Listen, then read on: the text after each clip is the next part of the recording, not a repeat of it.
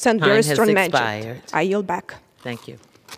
The gentleman reserves. The gentleman from Massachusetts is recognized. Thank you, Madam Speaker. I'm pleased to yield 1 minute to the gentlelady from California, whose entire career has been consistently based upon the advancement of human rights everywhere, Speaker Pelosi.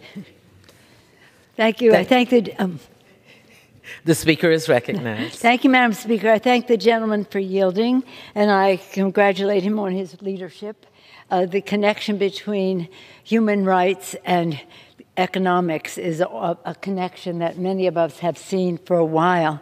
When it comes to some countries, for example, China, when I was trying to get an adjustment in trade with China based on human rights, I was told, but I said then, and I'll say now of Russia, if we do not speak out for human rights because of commercial interest, we lose all moral authority to speak out for human rights. Any small country in the world, if these big countries are left off the hook. Madam Speaker, as we convene today, war rages in Ukraine. Yesterday, the Congress had the great honor and privilege of receiving a virtual address by President Zelensky, whose heroic leadership has rallied his nation and inspired the world.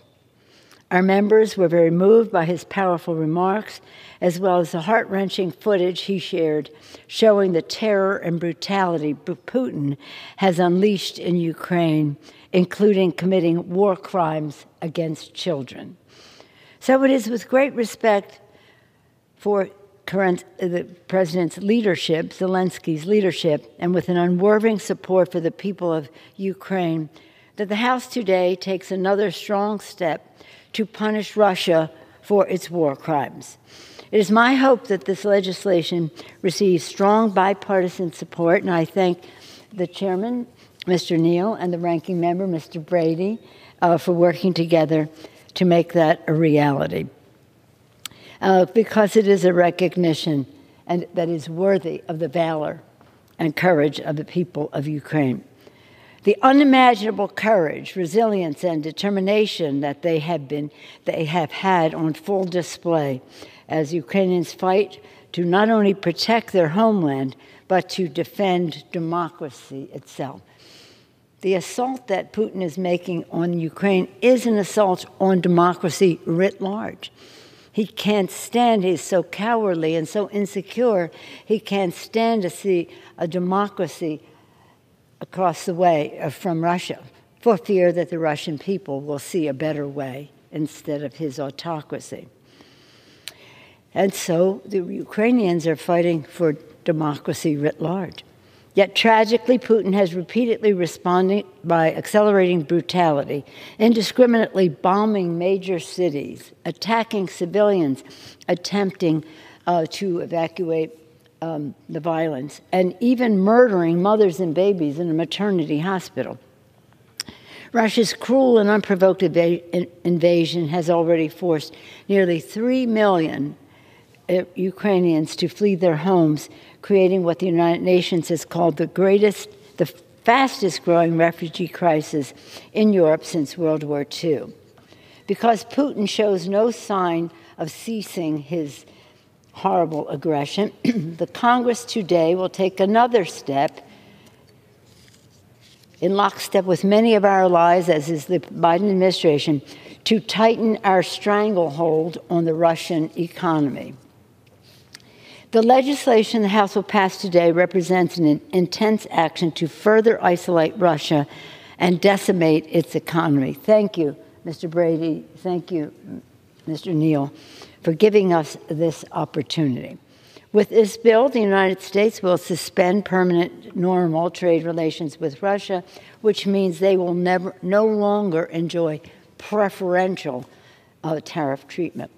Take steps to review Russia's access to the World Trade Organization, and reauthorizes and strengthens the Global Magnitsky Human Rights Accountability Act so that we can impose even further individual sanctions.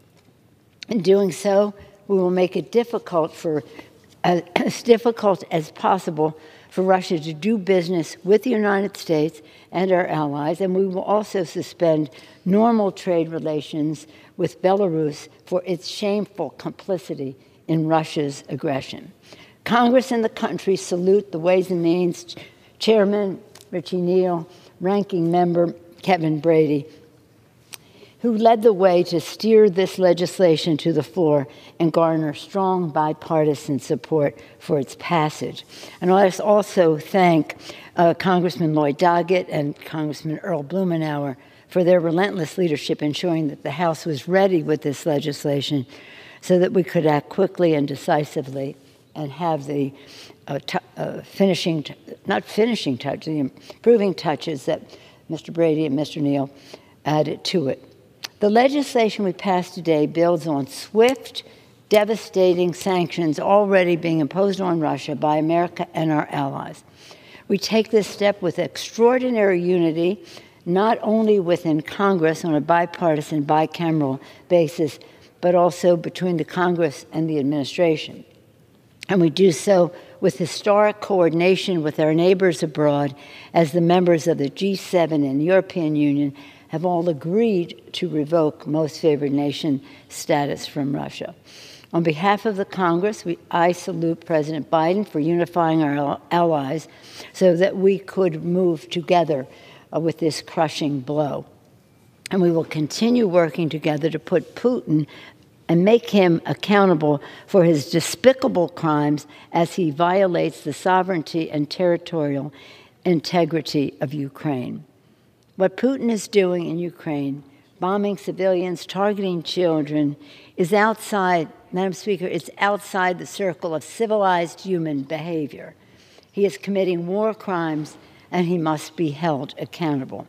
With that, again, I urge a strong bipartisan aye vote. Thank Mr. Neal and Mr.